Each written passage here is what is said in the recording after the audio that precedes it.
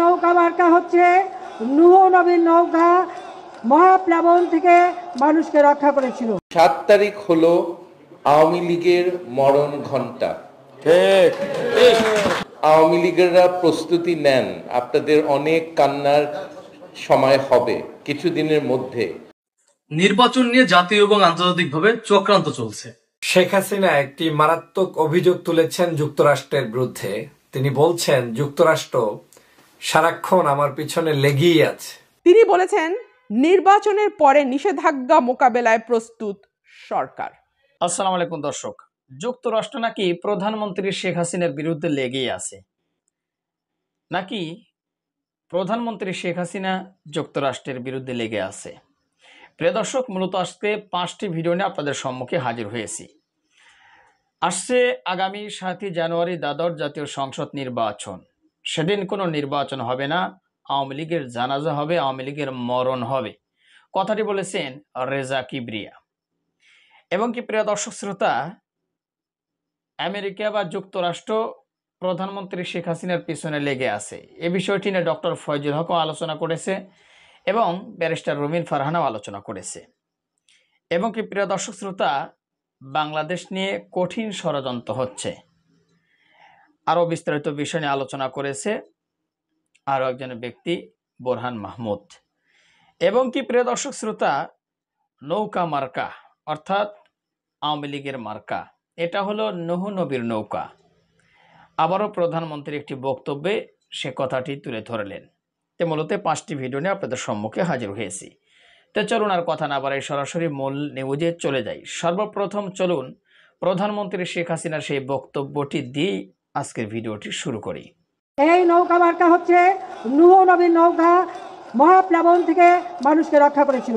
Delta plan 2100, অর্থাৎ 2100 পর্যন্ত বাংলাদেশের উন্নয়নের পরিকল্পনা আমি করে দিয়েছি। আপনারা 7 তারিখে সকলে একেবারে সকাল সকাল যে সবাই ভোট কেন্দ্রে যাবেন। মার্কাটা কি? নৌকা মার্কা। এই নৌকা মার্কা হচ্ছে নূহ নবীর নৌকা, মহাপ্লাবন থেকে মানুষকে রক্ষা করেছিল। এই নৌকায় ভোট দিয়ে বাংলাদেশের মানুষ স্বাধীনতা পেয়েছে। এই নৌকায় ভোট দিয়ে আজকে দারিদ্র্য বিমোচন হয়েছে। এই নৌকায় ভোট দিয়ে ডিজিটাল বাংলাদেশ হচ্ছে। এই নৌকায় ভোট দিলে স্মার্ট বাংলাদেশ হবে। তাছাড়া জলবায়ু পরিবর্তনের অভিঘাতে আমার দক্ষিণ অঞ্চল ক্ষতিগ্রস্ত হতে পারে, সেটা মাথায় রেখে ডেল্টা প্ল্যান 2100, অর্থাৎ 2100 পর্যন্ত বাংলাদেশের উন্নয়নের পরিকল্পনা আমি করে দিয়েছি। কাজে এই ধারাবাহিকতা বজায় রাখতে হবে। কারা পারবে করতে? একমাত্র আওয়ামী লীগ পারবে। আর নৌকা মার্কায় ভোট দিলে তারাই পারবে, আর ওই অগ্নি সন্ত্রাসীরা পারে না, লুটেরারা পারে না, এতিমের আত্মসাৎকারী পারে না। সেই কথাটা আপনাদের মনে রাখতে হবে। নগদ থেকে পল্লী বিদ্যুতের পোস্ট পেইড বিল দিন চার্জ ছাড়াই ফ্রিতে। আমি এখন আপনাদের কাছে আমাদের প্রার্থী, এখন সব জায়গায় মিটিং করা সম্ভব হচ্ছে না, আমি ডিজিটালি সকলের সঙ্গে ভিডিও কনফারেন্সিংয়ে মিটিং করছি আর বড় বড় শহরগুলিতে আসছি। এই বরিশালে আমাদের যারা প্রার্থী, আমি তাদের নাম বলে সব একটু দাঁড়াবেন। যেমন বরিশাল বিভাগ, বরগুনা ধীরেন্দ্রনাথ শম্ভু, সুলতানা নাদিরা, পটুয়াখালীতে আসম ফিরোজ, SM শাহজাদা, মোহাম্মদ মহিবুর রহমান, ভোলায় তোফাল আহমেদ, আলী আজম, ভোলা নুরুন নবী শাওন, আব্দুল্লাহ আল জাকব। বরিশালে আবুল হাসান আবদুল্লাহ, জাহিদ ফারুক। আপনাদের এই বরিশালে জাহিদ ফারুককে আমি নমিনেশন দিয়েছি। তার কারণ আপনারা জানেন, তাকে আমি পানি সম্পদ মন্ত্রণালয়ের দায়িত্ব দিয়েছি। প্রিয় দর্শক শ্রোতা, শুনলেন প্রধানমন্ত্রী শেখ হাসিনার একটি বক্তব্য। তিনি বক্তব্য দিতে গিয়ে কিন্তু বলেছে যে এই নৌকা মার্কা হলো নূহ নবীর নৌকা, এবং তাছাড়াও আরও অনেক কথা বলেছে যেগুলো আপনারা শুনেছেন। তো অবশ্যই আপনাদের মূল্যবান মতামত ভিডিওর কমেন্ট বক্সে জানাতে ভুলবেন না। এর আগেও কিন্তু প্রধানমন্ত্রী শেখ হাসিনা এই কথাটি বলেছিল, যার কারণে অনেক আলোচনা সমালোচনা হয়েছে। আবার এই কথাটি তিনি বক্তব্য দিতে গিয়ে বলেছেন। তো যাই হোক প্রিয় দর্শক শ্রোতা, এবার আমরা 2 নম্বর ভিডিও ফুটেজ আপনাদের সাথে শেয়ার করব। সেটি হলো নির্বাচন নিয়ে আন্তর্জাতিকভাবে চক্রান্ত চলছে। নির্বাচন নিয়ে আন্তর্জাতিকভাবে চক্রান্ত চলছে, বিষয়টি নিয়ে আসলে আলোচনা করেছেন বোরহান মাহমুদ। জনপ্রিয় দর্শক শ্রোতা, তার বক্তব্যটিও শুনে আসি। নির্বাচন নিয়ে জাতীয় এবং আন্তর্জাতিকভাবে চক্রান্ত চলছে। চিন্তা কর, এই কথা কে বলছে? এটা বলছে আমাদের যে বাংলাদেশে একটা অবৈধ প্রধানমন্ত্রী আছেন, যে জনগণের ভোট দিতে হয় নাই, শেখ হাসিনা। আপনারা তো সবাই জানেন এত কথা মানুষ বলে, ইনার একটু কষ্টও লাগে না? রিয়েলি বলতে হবে, এই গায়ে লাগায় না গায়ে, যে মানুষ এত ভাবে তাকে ঘৃণা প্রকাশ করে।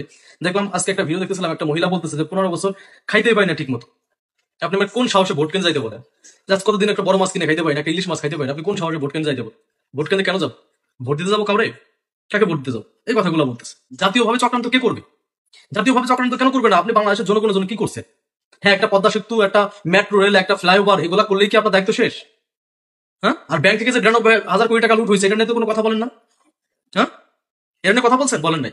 তো জাতীয়ভাবে তো চক্রান্ত, কি চক্রান্ত চলছে? বাংলাদেশের মানুষের অধিকার আদায়ের জন্য আন্দোলন করতেছে। কিসের চক্রান্ত করতেছে? বাংলাদেশের মানুষের অধিকার আদায়ের জন্য আন্দোলন করতেছে। আপনি আন্দোলন করেন নাই? এরকম বিএনপি আন্দোলন করতেছে। আপনি তো 2006 সালে ভোট বর্জন করছিলেন, 7 সালে নির্বাচন 22 তারিখ ঘর করতেছেন, বাট আপনি বর্জন করছিলেন না। তো বিএনপি একটা গণতান্ত্রিক অধিকার, সে বর্জন করতে পারে, সে আন্দোলন করতে পারে। সে তো সহিংস আন্দোলন করতেছে না, সে তো গাড়ি পুরি পড়াইতেছে না। গাড়ি পড়াইতেছে না, আপনি নামতেছেন বিএনপি। এখন আন্তর্জাতিক ভাবে যদি আপনার উপর প্রেশার দেয়, সেটা কি বিএনপির? সবকিছুতে তো বিএনপির দোষ খোঁজেন, বলেন বিএনপি টাকা দিয়ে করতেছে, হ্যান করতেছে। আপনি পারেন না কেন? আপনার পক্ষে, আপনার কি টাকার অভাব আছে? আপনার ছেলেকে নিয়ে তো 62 বিলিয়নের একটা কথা উঠছে আপনার আমেরিকাতে। হ্যাঁ, 6 লক্ষ কোটি টাকার উপরে। তা আপনার টাকার অভাব আছে, আপনি কেন পারেন না? আপনার পক্ষে কারো কথা বলাইতে? আমেরিকাকে কেন আপনার পক্ষে কথা বলতে পারেন না? ইউরোপীয় ইউনিয়নকে কেন পক্ষে কথা বলতে পারেন না? অস্ট্রেলিয়া পার্লামেন্টকে কেন পারেন না কথা বলাইতে? সব দোষ বিএনপির, যা করে সব বিএনপির দোষ। আপনি তো ঝামেলাটা বাধায় রাখছেন, পৃথিবীর কাছে তো বাংলাদেশকে হাসির পাত্র বানায় রাখছেন আপনি। পৃথিবীর বুকে বাংলাদেশ একটা দেশ, এই দেশটাকে হাসির পাত্র বানায় রাখছেন আপনি। আন্তর্জাতিকভাবে আপনাকে কেন চক্রান্ত কেন করবে? আপনাকে প্রেশার কেন দিবে? আপনি সেই কাজটা করতে পারছেন। আপনাকে বাংলাদেশের জনগণ বলতেছিল যে একটা তত্ত্বাবধায়ক সরকারের আন্ডারে নির্বাচন, যে তাদের দাবি লাস্ট 10 বছর ধরে তাদের দাবি। 2014 সালে তো বিএনপি নির্বাচন বদলি করলো এই দাবিতে। 18 সালে তো নির্বাচনে সব বলছিল, কিন্তু আপনি কি বলছেন? আপনি বঙ্গবন্ধুর কন্যা, আপনি নির্বাচন সুষ্ঠু করুন, কিন্তু কি করছেন? যখন মনোনয়ন পত্র জমা দেওয়ার লাস্ট দিনের পরে থেকে শুরু করছেন মানুষের উপর নির্যাতন। হ্যাঁ, গ্রেপ্তার, হয়রানি, যা মন চায় তাই করছেন না? অস্বীকার করতে পারবেন? করছেন তো। এবং এখন আপনার কর্মীরাই স্বীকার করতেছে, নেতা কর্মীরা ভোট ডাকাতি করছে, যে উপর থেকে নির্দেশ ছিল রাত 12টার ভিতরে ভোট দিয়ে দাও। নিজেরা এখন প্রকাশ করতেছে, তাহলে পাপে ছাড়া না বাপের নিজেদের প্রকাশ করতেছে। এখন আমার কথা, আন্তর্জাতিক ভাবে কেন চক্রান্ত করবেন? আপনি সুযোগটা কেন দিচ্ছেন? আপনি জানেন যে আমাদের ভূ রাজনৈতিক অবস্থা, বাংলাদেশের অবস্থাটা অনেক গুরুত্বপূর্ণ। তাহলে আমেরিকার খেলার সুযোগ কেন দিলেন? যে বাংলাদেশ নিয়ে আমেরিকা কেন খেলবেন?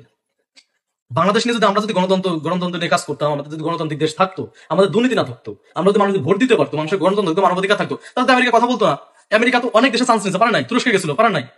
তুরস্কের লোকজন তো আমেরিকাকে তারাই দিচ্ছে, কিন্তু আমরা কেন তারাই দিচ্ছি না? কারণ আমেরিকা যা চায় বাংলাদেশের জনগণের চাও এক হয়ে গেছে। এখন যদি আপনি বলেন যে আন্তর্জাতিকভাবে চক্রান্ত চলছে, দোষটা আপনার, আপনি তৈরি করছেন সিস্টেমটা। এই দোষটা আর বিএনপির উপর দিতে পারেন না। বিএনপির উপর দোষ দিবেন কি? বিএনপি আবার নির্বাচন আসবে, জাতির কাছে বেঈমান হবে?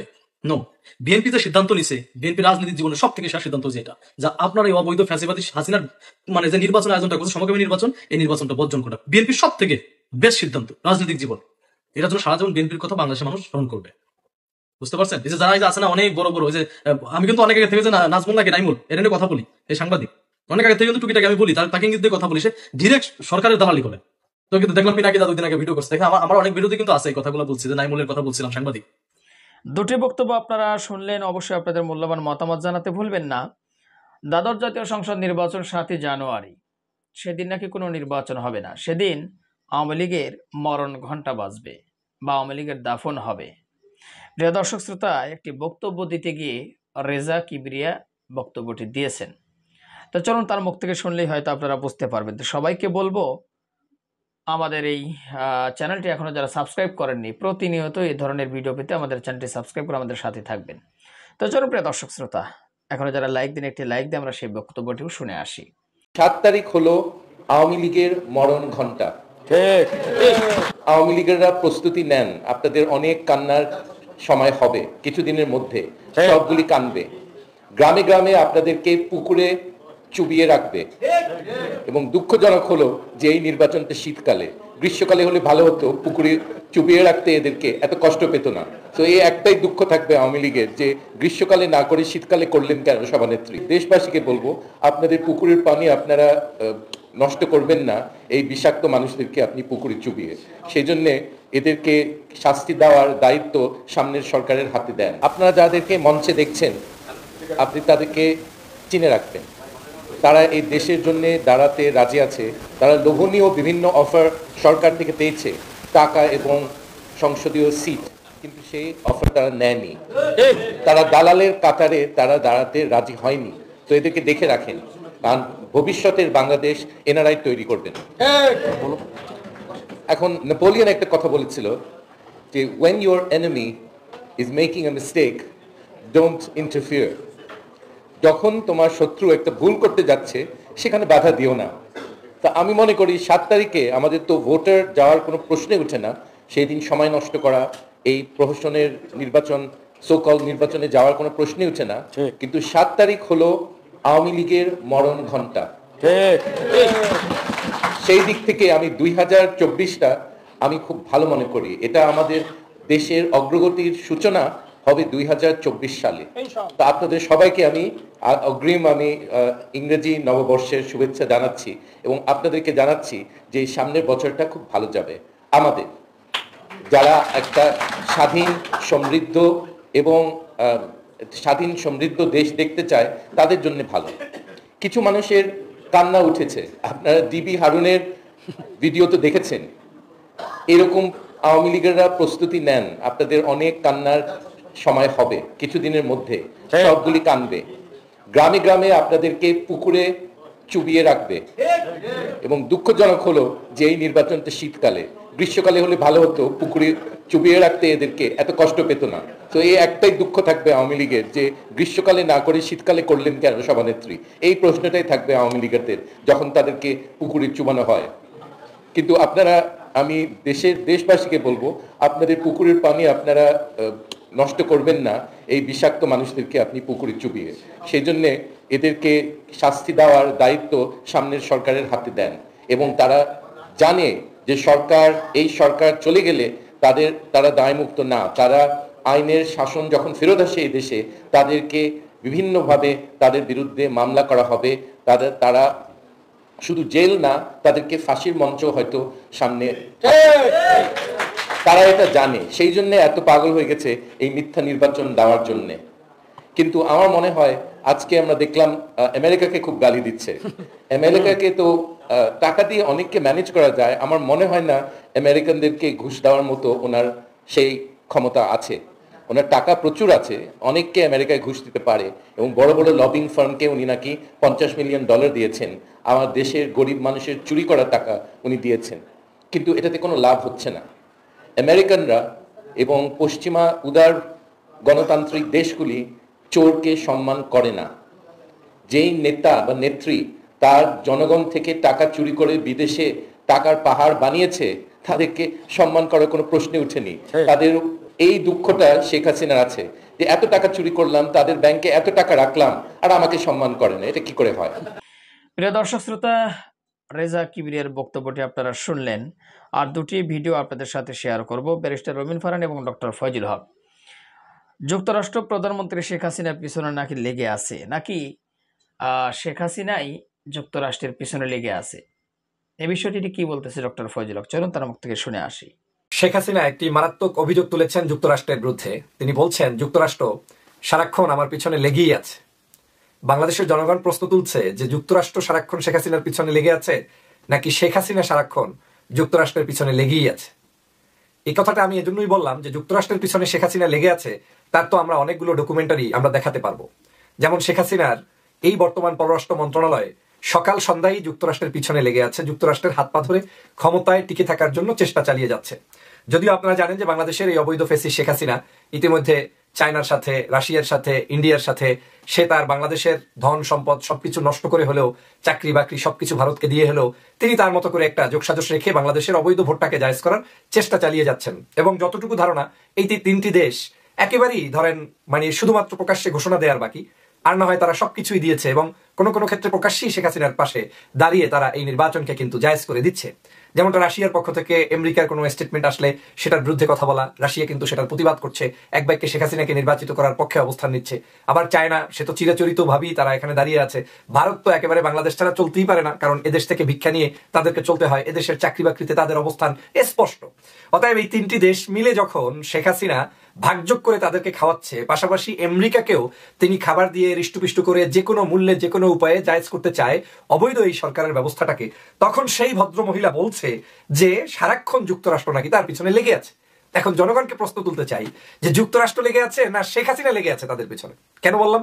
আমরা এই শেখ হাসিনার মুখ থেকে বহুবার শুনেছি যুক্তরাষ্ট্র এই আটলান্টিক 7 সাগর 13 নদী পাড়ি দিয়ে আমরা ও দেশে যাব না, পৃথিবীর বহু দেশ আছে সে দেশে আমি যাব। কিন্তু এখনো যদি প্রশ্ন করেন যে আপনার ছেলে এই মুহূর্তে সজীবদের জয় এই মুহূর্তে আজকের কোন জায়গায় অবস্থান করছে, আজকের ডেতে নির্বাচনের বাকি 12 দিন, তাহলেও দেখবেন আজকেও তিনি কিন্তু সেই দেশেই থাকার কথা।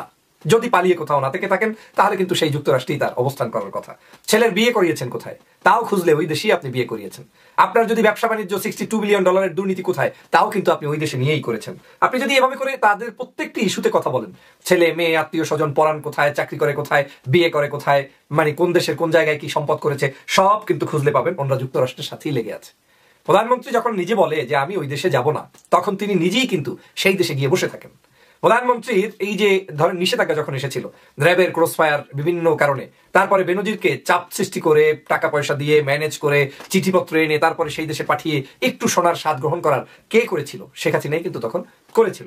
আপনারা জানেন যে বাংলাদেশের বর্তমান সময়ে পররাষ্ট্রমন্ত্রী মোমিন সাহেব সকাল সন্ধ্যা বিভিন্ন বক্তব্য দেয়। তার বক্তব্য কেউ মানে হাসির খোরাক হিসেবে অ্যাকসেপ্ট করে, আবার কেউ এটাকে মনে করতে পারে যে তিনি একজন বলেছেন, পররাষ্ট্রমন্ত্রী হিসেবে বলেছেন। তিনিও কিন্তু বারবার বলেছেন যে আমরা যুক্তরাষ্ট্রকে ম্যানেজ করার চেষ্টা করছি। ভারতের একটা পত্রিকা একবার একটা আর্টিকেল প্রকাশ করেছিল, সম্ভবত আনন্দবাজার পত্রিকায় বলেছিল যে শেখ হাসিনা ভারতকে যা চাওয়ার সব দিয়ে দেওয়া শেষ, এখন শুধুমাত্র আমেরিকাকে ম্যানেজ করতে ভারতকে পাশে চায় শেখ হাসিনা। তাহলে আপনি আবার বলছেন কেন যে আমেরিকা আপনার পিছনে লেগে আছে? আপনি তো ভারতকে ম্যানেজ করে আমেরিকাকে পাশে যেতে চেয়েছেন নির্বাচনী বৈতরণী পার হওয়ার জন্য। আপনাকে নিয়েই ভারত আর্টিকেল প্রকাশ করছে যে আপনার ভারত যা চেয়েছে শেখ হাসিনার কাছে তার চেয়ে বেশি দিয়েছে। শুধু তাই নয়, শেখ হাসিনা নিজে বলেছে ওরা যা চেয়েছে তার চেয়ে আমি বেশি দিয়ে দিয়েছি, আর কিছু ওদের কোনো কিছু চাওয়া পাওয়ার বাকি নেই, ওরা কিছু আর চাইতে পারবে না। তো আপনি যখন বিদেশে চান্দা দিয়ে, টাকা দিয়ে, পয়সা দিয়ে তারপরে আপনার এই ক্ষমতাটাকে টিকিয়ে রাখতে চান, তখন নিশ্চয়ই আপনি অন্যের ব্যাপারে কথা বলাটা আপনার জন্য সমুচীন নয়। আমরা প্রায় ভিডিও লাস্ট মুহূর্তে চলে এসেছি, আর একটি ভিডিও কিন্তু আপনাদের সাথে শেয়ার করব। সেটি হলো ব্যারিস্টার রুমিন ফারহানার কিছু বক্তব্য, অর্থাৎ দ্বাদশ জাতীয় সংসদ নির্বাচনকে কেন্দ্র করে এবং যুক্তরাষ্ট্র প্রধানমন্ত্রী শেখ হাসিনার পিছনে লেগে আছে বিষয়টি নিয়ে তিনিও কিন্তু মুখ খুলেছে এবং বিস্তারিত আলোচনা করেছে। তো চলুন শেষ ভিডিওটি তার মুখ থেকেই তার কথাগুলো শুনে আসি। আজকে আমার আলোচনার বিষয় প্রধানমন্ত্রীর কিছু বক্তব্য এবং আমাদের পররাষ্ট্র সচিব তিনি যা মন্তব্য করেছেন সেটির উপরে। প্রধানমন্ত্রী স্পষ্টভাবেই বলেছেন নির্বাচনকে ঘিরে জাতীয় এবং আন্তর্জাতিক ষড়যন্ত্র হচ্ছে। আন্তর্জাতিক ষড়যন্ত্র কি বা জাতীয়ভাবে কি ষড়যন্ত্র হচ্ছে সেই তথ্য নিশ্চয়ই প্রধানমন্ত্রীর কাছে আছে, না হলে তো আসলে এই কথা তার বলবার কথা নয়।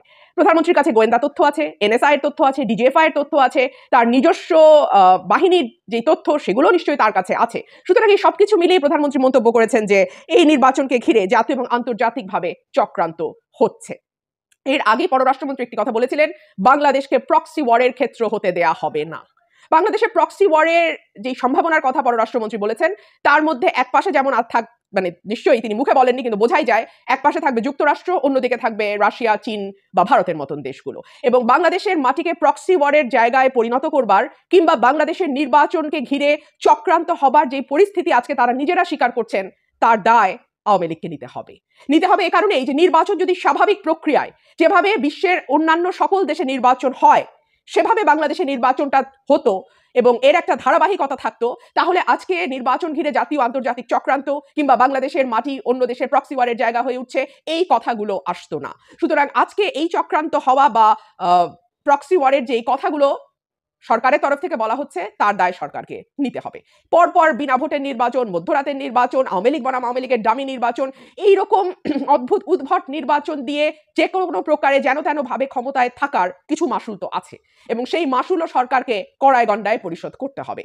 একটা কথা আছে ইংরেজিতে, everyone has to pay with his own coin. তো সুতরাং আওয়ামী লীগকেও তার নিজের পয়সা দিয়ে নিজের মূল্য চোকাতে হবে। প্রধানমন্ত্রী এবং আওয়ামী লীগের সভাপতি শেখ হাসিনা বলেছেন এবারের নির্বাচন নিয়ে জাতীয় আন্তর্জাতিকভাবে অনেক চক্রান্ত হচ্ছে, তাই নির্বাচনী পরিবেশটা যাতে সুন্দর থাকে, উৎসব মুখর ও প্রতিদ্বন্দ্বিতাপূর্ণ হয় সেদিকে সবাই খেয়াল রাখবেন। নির্বাচনী পরিবেশ কতটা সুন্দর সেটা প্রতিদিন আমরা খবর পাই, প্রতিদিন গণমাধ্যমেও আসে, আমাদের এলাকায় যারা লোকজন আছেন তাদের কাছ থেকেও আমরা খবর পাই। আমাদের আওয়ামী লীগ বনাম আওয়ামী লীগের যুদ্ধাংদেহী যে অবস্থা তৈরি হয়েছে প্রতিটি আসনে, তার একটি শক্ত মাসুল, একটা খুব তিক্ত মাসুল শুধু আওয়ামী লীগকে না এদেশের মানুষকেও দিতে হবে। সোশ্যাল টেক্সচার এদেশে বহুদিন হলো নষ্ট হয়ে গেছে এবং এইবারের এই নির্বাচনের পরে ঘরে ঘরে আওয়ামী লীগের ঘরে ঘরে যে হানাহানির বীজ বপন করা হলো সেটি আসলে কতদূর গড়াবে এবং সেই বীজ থেকে যেই গাছ হবে সেটি আসলে কতদূর পর্যন্ত বিস্তৃত হবে সেটা সময়ই বলবে। তবে এর পরিণাম বা এর পরিণতি আওয়ামী লীগকে খুব খারাপভাবে ভোগ করতে হবে এবং নির্বাচনকে উৎসব মুখর করার কথা বলা হচ্ছে, যেখানে নির্বাচন ঘিরে হুমকি ধামকি প্রতি মুহূর্তে আওয়ামী লীগের এক তরফ আরেক তরফের উপর হামলা চালাচ্ছে, নির্বাচনী কার্যালয় ভেঙে দিচ্ছে, অফিসে হামলা করছে, কর্মী সমর্থকদের উপর হামলা চালাচ্ছে, প্রার্থীর কর্মীদের উপরে মানে হাতুড়ি চাপাতি ইত্যাদি দিয়ে কোপ দেয়া হচ্ছে, তখন আসলে নির্বাচন কতটুকু উৎসব মুখর হবে বা হচ্ছে সেই প্রশ্ন থাকে। একই সঙ্গে প্রশ্ন থাকে যে আওয়ামী লীগ বনাম আওয়ামী লীগের যে নির্বাচন, সেখানে আদৌ সাধারণ মানুষ যাদের ভোটে সরকার গঠিত হওয়ার কথা, সেই সাধারণ মানুষের ন্যূনতম কোনো সম্পৃক্ততা আছে কিনা। আমরা কিন্তু সাধারণ মানুষের কোনো সম্পৃক্ততা দেখি না। এমনকি যখন বিদেশি গণমাধ্যমগুলো কথা বলতে আসে, কারণ বাংলাদেশের গণমাধ্যম এগুলো নিয়ে খুব বেশি কথা বলে না, বিদেশি গণমাধ্যম যখন কথা বলতে আসে তারা একটি কথাই বলে যে ধরেন একই দল ফুটবলে, আবাহনী বনাম আবাহনীর খেলা, কে দেখবে এই খেলা? কিংবা মোহামেডান বনাম মোহামেডানের খেলা, এই খেলা দেখতে দর্শক কোথা থেকে আসবে? সুতরাং এই ভোটটা অনেকটা সেরকম। তারা ভয়ে আওয়ামী লীগ বা বিএনপি শব্দটি উচ্চারণ করে না ঠিকই, কিন্তু যা তাদের বলার সেটা তারা বুঝিয়ে দেয়। আপনারা প্রশ্ন করতে পারেন বিদেশি গণমাধ্যমের কাছে তারা কি বলছে আমি জানলাম কি করে? আমি জানলাম এই কারণেই যে ফ্রান্সের ন্যাশনাল টেলিভিশন, ফ্রান্সের রেডিও এবং আপনার আরেকটি দেশ, আমি এই মুহূর্তে ডাচ টেলিভিশন আমার সাক্ষাৎকার নিয়ে গেছে, এবং তাদের সঙ্গে যখন কথা বলেছি তারা বলেছে যে তারা বিভিন্ন এলাকায় ঘুরেছে, বিভিন্ন এলাকায় গেছে, এবং সেখানে সাধারণ মানুষের সঙ্গে তাদের ইন্টারাকশন হয়েছে, কথা হয়েছে, এবং তারা সেই ব্যাপারে তারা তথ্য নিয়েছে, এবং এইটাই তাদের ফিলিং যে সাধারণ মানুষের আসলে এই ভোটের সাথে সম্পৃক্ততা নাই, সম্পৃক্ততা হওয়ার কথাও নয়। ভেরি ইন্টারেস্টিংলি এই চক্রান্তের কথা যখন প্রধানমন্ত্রী বলছেন, তখন পররাষ্ট্র সচিব মাসুদ বিন মোমেন তিনি ভেরি ইন্টারেস্টিং একটা কথা বলেছেন। তিনি বলেছেন নির্বাচনের পরে নিষেধাজ্ঞা মোকাবেলায় প্রস্তুত সরকার। নির্বাচনের পরে নিষেধাজ্ঞা আসতে পারে, স্পেশালি বাণিজ্য নিষেধাজ্ঞা আসতে পারে, এটি নিয়ে অনেক রকম কথা হচ্ছে, কিন্তু এখন পর্যন্ত আমরা মাসুদ বিন মোমেন বা এই পর্যায়ের কারো কাছ থেকে এই নিষেধাজ্ঞার সম্পর্কে কোনো রকম কোনো টু শব্দটিও শুনি নাই। Masud bin Momen is a very important character এই কারণে যে তিনি কেবলমাত্র পররাষ্ট্র সচিব তাই নন, দুই দেশের সরকারি যে সিদ্ধান্তগুলো সেগুলো আসলে দলীয় পর্যায়ে কমিউনিকেশনের আগেই সরকার টু সরকারে যে কমিউনিকেশন হবে, সেখানে মাসুদ বিন মোমেন would be the first person যাকে কন্ট্যাক্ট করা হবে। সুতরাং পররাষ্ট্র সচিব হিসেবে আমেরিকার সরকারি কোনো সিদ্ধান্ত, আমেরিকা সরকারের বা অন্য কোনো দেশের সরকারের যেই সিদ্ধান্ত, সেটা মাসুদ বিন মোমেনেরই প্রথম জানার কথা। এবং আপনারা নিশ্চয়ই মনে করতে পারবেন যে মার্কিন রাষ্ট্রদূত পিটার হাস এবং যুক্তরাজ্যের হাই কমিশনার সারা কোক কিছুদিন আগেই মাসুদ বিন মোমেনের সঙ্গে বৈঠক করেছেন। এর আগেও রাষ্ট্রদূত পিটার হাস একা মাসুদ বিন মোমেনের সঙ্গে বৈঠক করেছেন, এবং এই দুটো বৈঠক, মার্কিন রাষ্ট্রদূতের সঙ্গে দুটো বৈঠক এবং যুক্তরাজ্যের হাই কমিশনারের সঙ্গে একটি বৈঠক, মাসুদ বিন মোমেনের সঙ্গে যা হয়েছে এই ব্যাপারে কিন্তু কোনো তথ্য বাইরে আসে নাই। সুতরাং এমন অনেক তথ্য আছে, এমন অনেক সরকারি সিদ্ধান্ত আছে যেটা পররাষ্ট্র সচিব জানেন, প্রোটোকল অনুযায়ী তারকেই প্রথম জানাবার কথা, এবং তিনি জানেন, সেই আলোকে তিনি হয়তো কিছু কথা বলতে পারেন, কিন্তু তাদের ভেতরের ইন্টারনাল বা ডিটেইল যে ডিসকাশন সেগুলো আমাদের তিনি জানাননি, জানানোর কথাও নয়। তবে যেটুকু তিনি বলেছেন আমার মনে হয় সেটুকুই যথেষ্ট। তিনি বলেছেন সুষ্ঠু নির্বাচনের পরেও যদি কোনো দেশ নিষেধাজ্ঞা দেয় তাহলে সেটা হবে দুঃখজনক, তবে তা মোকাবেলায় বাংলাদেশ প্রস্তুত বলে জানিয়েছেন পররাষ্ট্র সচিব। বাণিজ্য নিষেধাজ্ঞা যদি বাংলাদেশে আসে যে কোনো ফর্মে, সেটা বাংলাদেশের অর্থনীতির জন্য ডিজাস্টার হবে। বাংলাদেশের অর্থনীতি এমন একটা জায়গায় এসে দাঁড়িয়েছে যেখানে আমাদের ফরেন রিজার্ভ 3 মাসের আমদানি ব্যয় মেটানোর মতো না, এমন আমদানি ব্যয় যে আমদানি রেস্ট্রিক্ট করে অনেক বেশি, মানে রেস্ট্রিকশনের মধ্যে আমদানি রাখা হয়েছে যাতে খুব বেশি ডলার বাইরে চলে না যায়। সেই অবস্থাতেও 3 মাসের আমদানি ব্যয় মেটানোর মতন অবস্থা আমাদের নাই। আমাদের রপ্তানির 80% আসে গার্মেন্ট থেকে। সেই গার্মেন্টের উপরে যদি শ্রমনীতি, মজুরি, শ্রমিকদের ট্রেড ইউনিয়ন করবার অধিকার ইত্যাদি যে কোনো উসিলায় বা ছুতাতে যদি কোনো রকম কোনো নিষেধাজ্ঞা আসে, সেটার একটা কড়া মাসুল বাংলাদেশের 18 কোটি মানুষকে দিতে হবে। শুধু যে গার্মেন্ট মালিক কিংবা শ্রমিক যারা আছেন তাদেরকে মাসুল দিতে হবে তাই না, 18 কোটি মানুষের উপরে এর একটা মাসুল, চড়া মাসুল বাংলাদেশকে দিতে হবে। সুতরাং বাণিজ্য নিষেধাজ্ঞা মোকাবেলায় খুব প্রস্তুত সরকার, এই কথাটি বললে হবে না। আরেকটি তথ্যের মধ্যে দিয়ে রাখি, বণিক বার্তা একটি খবর এসছে কয়েকদিন আগে যে এই দুঃসময়ে, অর্থনীতির এই দুঃসময়ে ভারত, চীন বা রাশিয়া কাউকে খুঁজে পাওয়া যাচ্ছে না। কারোর কোনো দান, অনুদান, ঋণ কিছুই বাংলাদেশের অর্থনীতিতে যুক্ত হচ্ছে না। সুতরাং পশ্চিমা দেশগুলোকে অ্যান্টাগনাইজ করে, পশ্চিমা দেশগুলোকে বিরক্ত করে, তাদেরকে রাগিয়ে নিষেধাজ্ঞা নিয়ে এসে শুধু যে সরকারের নিজের ক্ষতি হবে তা না, 18 কোটি মানুষকে এর মাসুল দিতে হবে। ইতিমধ্যে আপনারা জানেন যে আমাদের রিজার্ভের অবস্থা এমন জায়গায় যে জ্বালানির দাম পরিশোধ করতে পারছে না, বকেয়া অনেক বেশি হয়ে গেছে অলরেডি। এমনকি যারা বিদেশে পড়তে যাবে সেই স্টুডেন্টরা, তারা স্টুডেন্ট অ্যাকাউন্ট খুলতে পারছে না, কারণ যথেষ্ট ফরেন কারেন্সি নাই। আমাদের বিদেশে চিকিৎসা করতে যাবে, ইভেন ভারতে চিকিৎসা করতে যাবে, তারাও দেখা যাচ্ছে রুপি নিয়ে যাচ্ছে যাতে তারা ভারতে গিয়ে রুপিকে টাকা নিয়ে যাচ্ছে যাতে তারা ভারতে গিয়ে টাকাকে রুপিতে কনভার্ট করে তাদের চিকিৎসা ব্যয় মেটাতে পারে, ডলার তারা পাচ্ছে না। এই হাহাকারের অবস্থায় যদি নিষেধাজ্ঞা আসে, পররাষ্ট্র সচিব বলতে পারে বাংলাদেশ সরকার সেটা মোকাবেলা করার জন্য প্রস্তুত, তবে প্রস্তুতির কোনো নমুনা এখন পর্যন্ত দৃশ্যমান নয়। এরপরে শেষ যে খবরটির দিকে আমি দৃষ্টি আকর্ষণ করব সেটা হচ্ছে প্রধানমন্ত্রী একটা কনফারেন্সে যুক্ত হয়েছিলেন ইয়াং ইনফ্লুয়েন্সারদের সাথে।